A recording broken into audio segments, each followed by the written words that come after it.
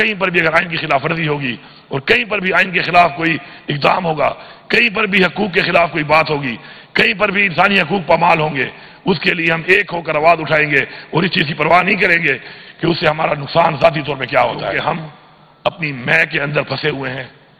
ہم اپنے western interest کے اندر پھنسے ہوئے ہیں کیا ہوتا ہے۔ تو میں سمجھتا ہوں کہ وہ تمام مسائل جو حل کرنے کے لیے اس دنیا میں آپ کو بھیجا گیا اور اس ایوان میں بھیجا گیا یا کسی پوزیشن پہ کسی بھی طرح آپ کو رکھا گیا ہے، تو انشاءاللہ آپ ان تمام مسائل کا حل نکال کر کم از کم اپنی ذات کے اندر اور اپنے اس رب کے سامنے انشاءاللہ سرخرو ہوں گے۔ آخر میں ایک دفعہ پھر آپ سب کو، پورے صوبے کی عوام کو، اسپیکر صاحب کو، ڈپٹی اسپیکر صاحبہ کو اور باقی تمام اس سے پہلے ادوار میں جو لوگوں نے اس میں محنت کی، کام کیا،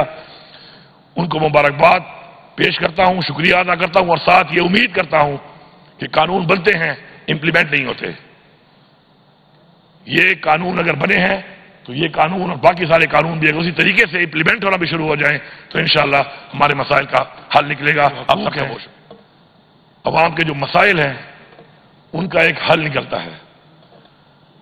انفارچونیٹلی ہمارا جو مین کام ہے یہاں پہ آنے کے بعد جس طریقے سے بھی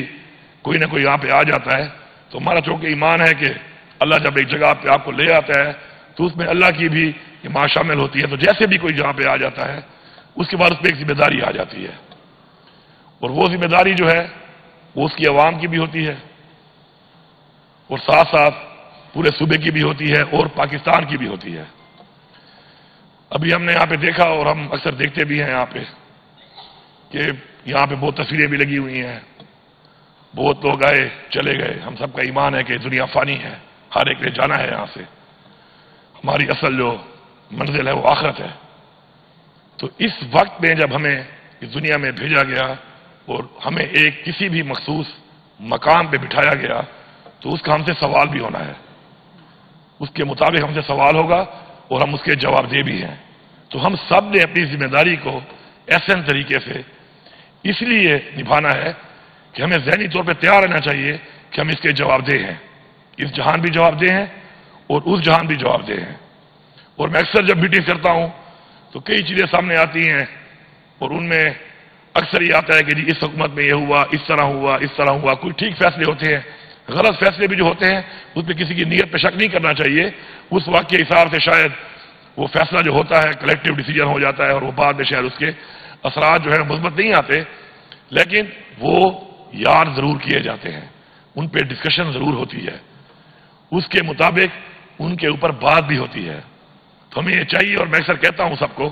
کہ ہمیں کم از کم کوئی ایسا چیز نہیں کرنی چاہیے کہ کل کوئی بیٹھ کے ہمیں یاد کر رہا ہو کہ یہ چیز اس وقت ہوئی تھی، یہ لوگ تھے، کیونکہ فوٹو تو ہمارے لگے ہوئے ہیں، ہر دور کے لگے ہوئے ہیں، کہ ہمارے بارے میں کوئی یہ کہے کہ جی یہ غلط فیصلہ جو ہوا تھا یا جو غلط اقدامات ہوئے تھے یا کوئی فائنینشیل یا کسی طرح کے کوئی بھی کسی کے حقوق پامال ہوئے تھے، مسائل بنے تھے تو یہ اس ادوار کے تھے، تو ہماری تصویریں اس سے ہماری نشاندہی کرتی ہیں۔ تو کوشش کریں کہ آپ کی طرف سے ایسی چیز نہ ہو، بلکہ ایسی کوئی چیز ہو کہ جو آپ کو ایک موقع ملا ہے تو اس کے اوپر آپ کی کارکردگی ایسی ہونی چاہیے کہ اس کو یاد کیا جائے۔ آپ سب اپنے اپنے علاقوں سے آئے ہیں، آپ کے اوپر اپنے علاقے کی بھی ذمہ داری ہے، کچھ ایسا کر کے کچھ کریں کہ آپ کا ایک نام پیدا ہو۔ بہت سے لوگ آئے چلے گئے، کچھ لوگوں کے نام یاد کیے جاتے ہیں اچھائی میں، کچھ لوگوں کے نام یاد کیے جاتے ہیں برائی میں، تو کوشش کریں کہ آپ کا نام اچھائی میں یاد کیا جائے۔ اس کے لیے آپ نے محنت کرنی ہوگی، اور یہاں پر جو آپ آتے ہیں اور یہاں پر جو آپ ایک اسمبلی کے اندر بیٹھ کے اپنے حقوق کی، صوبے کے حقوق کی، عوام کے حقوق کی بات کرتے ہیں، قانون سازی کرتے ہیں، تو اس کے اندر بھی کوشش کریں کہ ہم ایسا کچھ کر کے جائیں کہ ہمیں اچھا یاد کیا جائے، کیونکہ وقت جو ہے وہ انسان کو ملتا ہے ایک اس چیز کے لیے کہ اللہ تعالیٰ آپ کو بلیس کرتا ہے، آپ کو چنتا ہے ان لوگوں میں، آپ سے یہ امید کرتا ہے کہ اس کی انسانیت کے لیے آپ کچھ کریں گے۔ تو ہمارا یہ مقصد ہے، ہمارا مقصد انسانیت کی خدمت کے لیے، ہماری تخلیق بھی مقصد کے لیے ہوئی ہے، اور یہاں پر جو ہمارے کچھ جو قانون سازی کے بجائے ڈسکشنز ہوتی ہیں اسمبلی کے اندر، اور ان کے اندر میں نے جو چیز دیکھی ہے خود حصہ رہ کر کہ ہم جو ڈسکشن کرتے ہیں وہ مسئلے کے حل کے لیے کم اور ایک دوسرے پہ تنقید کے لیے زیادہ کرتے ہیں، جبکہ ہمیں یہاں پہ بٹھایا اس لیے گیا ہے کہ ہم تجویز دیں اور مسائل کا حل نکالیں، بجائے ہم تنقید کر کے صرف پوائنٹ سکورنگ کریں۔ تو اگر ہم اپنا ایک ماحول اس کا ایسا بنائیں گے کہ جس میں تجاویز کی طرف جایا جائے گا، حل کی طرف جایا جائے گا، تو حل نکالنے کے لیے ہی یہ ایوان بنے ہیں، اور اسی کے لیے ہی یہ پورے جمہوری جو ایک نظام پاکستان کا بنایا گیا ہے، اسی وجہ سے بنایا گیا ہے۔ تو مثبت طریقے سے اپنا بھرپور کردار ادا کریں، اور ترقیاتی کام کے اوپر ایک بات آتی ہے، ہمارے لیڈر عمران خان صاحب اکثر کہتے ہیں کہ اسمبلی نے قانون سازی کے لیے بنی ہے، لیکن ترقیاتی کاموں پر زیادہ بات ہوتی ہے۔ تو وہ جو وجہ اس کی ہے وہ یہ ہے کہ اب تک ہمارے بنیادی مسائل حل نہیں ہوئے۔ اگر ہمارے تمام محکمے اور ہمارا پورا نظام ایسے بنایا جاتا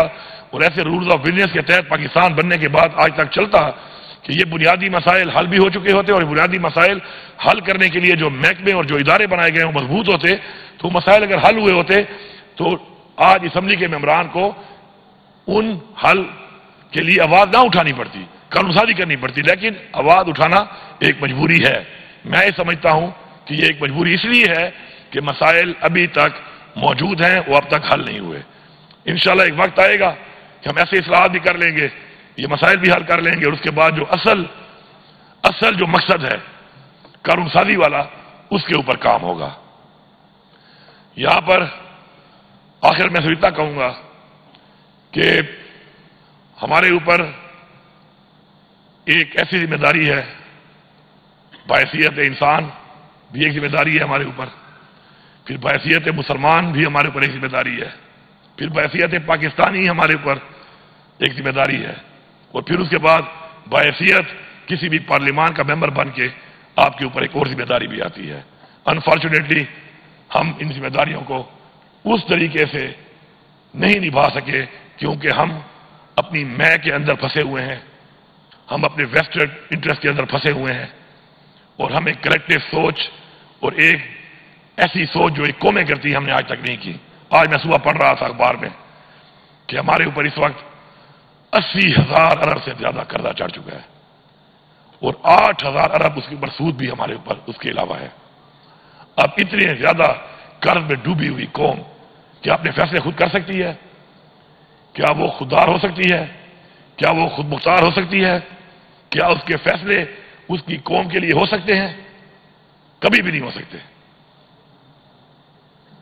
ایسی قرضدار قومیں محکوم ہوتی ہیں، غلام ہوتی ہیں، نہ اپنے لوگوں کے لیے فیصلہ کر سکتی ہیں، نہ اپنے جو وجود جس کی بنیاد پہ پاکستان کو بنایا گیا تھا، جس کے لیے ہمارے باوجداد نے قربانیاں دی ہیں جانی اور مالی، نہ اس کے اوپر ہم عمل پیرا ہو سکتے ہیں۔ وجہ صرف ایک ہے کہ ویسٹڈ انٹرسٹ،